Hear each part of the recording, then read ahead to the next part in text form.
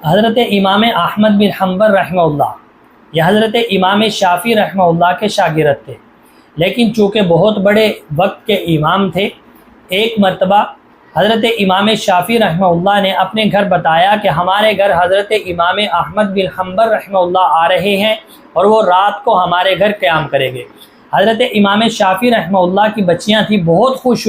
خوش ہوئی کہ ہمارے گھر وقت کا امام آ رہا ہے، چونکہ حضرت امام شافعی رحمہ اللہ اپنے گھر کے اندر حضرت امام احمد بن حنبل رحمہ اللہ کا تذکرہ فرماتے رہتے تھے۔ بڑی خوش ہوئی بچیاں کہ ہمارے گھر وقت کا امام آ رہا ہے۔ حضرت امام احمد بن حنبل رحمہ اللہ جب تشریف لائے، آپ کے سامنے دسترخوان لگایا گیا، دسترخوان کے اوپر کھانا لگایا گیا، تو حضرت امام احمد بن حنبل نے خلاف معمول کھانے پر ٹوٹ کر پڑے، ایسے ٹوٹ کر پڑے کہ جیسے کوئی برسوں کا بھوکا ہو، اور انہوں نے وہاں سے کھانا خوب سیر ہو کر کھایا، خوب پیٹ بھر کر کھایا۔ بچیوں نے جب یہ معاملہ دیکھا تو اپنے والد محترم حضرت امام شافعی رحمہ اللہ سے عرض کیا، ابا جان آپ تو کہتے تھے یہ وقت کا امام ہے، کیا وقت کا امام اتنا کھاتا ہے؟ کھانے کے ساتھ تو طاعت نہیں ہوتی، جب انسان زیادہ کھاتا ہے تو طاعت اور نیکیاں رک جاتی ہیں۔ یہ کیسا وقت کا امام ہے کہ یہ تو ایسے ٹوٹ کر پڑا ہے جیسے کوئی جاہل بھی نہیں پڑتا۔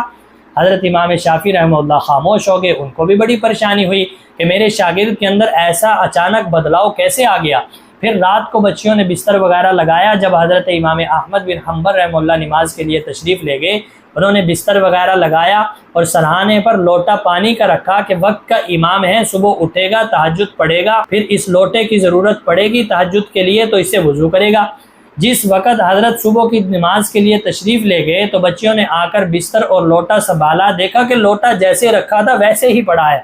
اب تو بچیوں کے غصے کی انتہا ہی اور ہو گئی، خوب غصے کے اندر آ گئی اور اپنے ابا جان سے آ کر لڑنے لگی کہ آپ جس کی تعریفیں کرتے تھے یہ وقت کا امام ہے، اس نے رات کھانا ایسے کھایا، ایسے جوہلا نہیں کھاتے، اس نے صبح نماز تہجد کے لیے یہ نہیں اٹھا، اس نے نماز نہیں پڑھی، ہم نے جیسے لوٹا رکھا تھا ویسے پڑھا ہے، آپ کہتے ہو یہ وقت کا امام ہے۔ امام شافعی رحمہ اللہ فرمانے لگے کہ بچیوں مجھے بھی اس کے اوپر تشویش ہے، حضرت جب امام احمد بن حنبل آئیں گے تو میں ان سے پوچھوں گا کہ معاملہ کیا ہے، پہلے تو ایسی بات نہیں تھی۔ جب حضرت تشریف لائے تو امام شافعی رحمہ اللہ نے بلایا، پوچھا احمد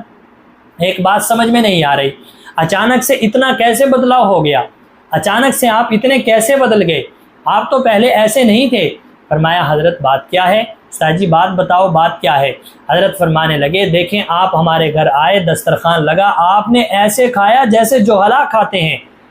علماء کا کام نہیں ہے اتنا کھانا، علماء کا کام نہیں ہے اتنا پیٹ بھر کر کھانا۔ اور دوسری بات یہ ہے کہ جب آپ کے لیے لوٹا پانی کا رکھا گیا، آپ اس سے وضو کریں گے تو آپ نے اس سے وضو نہیں کیا، آپ نے تہجد کی نماز نہیں پڑھی، تو آپ کے اندر بدلاؤ کیسے آ گیا؟ حضرت امام احمد بن حنبل رحمہ اللہ فرمانے لگے اصل میں استاد محترم بات یہ ہے کہ جب آپ کا کھانا دسترخوان پہ لگا، میں نے اللہ کی طرف سے اس کھانے کے اندر نور اترتا ہوا دیکھا، آپ کے کھانے کے اندر اتنا حلال مال تھا کہ میں نے اللہ کی طرف سے نور اترتے ہوئے دیکھا، اور میں نے یہ کہا کہ آج ہی اس نور کو سمیٹ لو جتنا سمیٹنا ہے، پتہ نہیں پھر کب موقع ملے، آج ہی اس نور کو سمیٹو، جتنا کھایا جا سکتا ہے کھاؤ، جتنا کھا کر نور اندر ڈالا جا سکتا ہے نور کو اندر ڈال لو، پھر پتہ نہیں کب یہ موقع ملے۔ پھر فرمایا حضرت دوسری بات یہ ہے کہ میں نے اس لوٹے سے وضو اس لیے نہیں کیا کہ آپ کا کھانا اتنا حلال کا تھا، اتنا حلال کا تھا کہ اس حلال کی وجہ سے میں نے کئی سو مسائل بستر پر لیٹ کر مستنبت کیے ہیں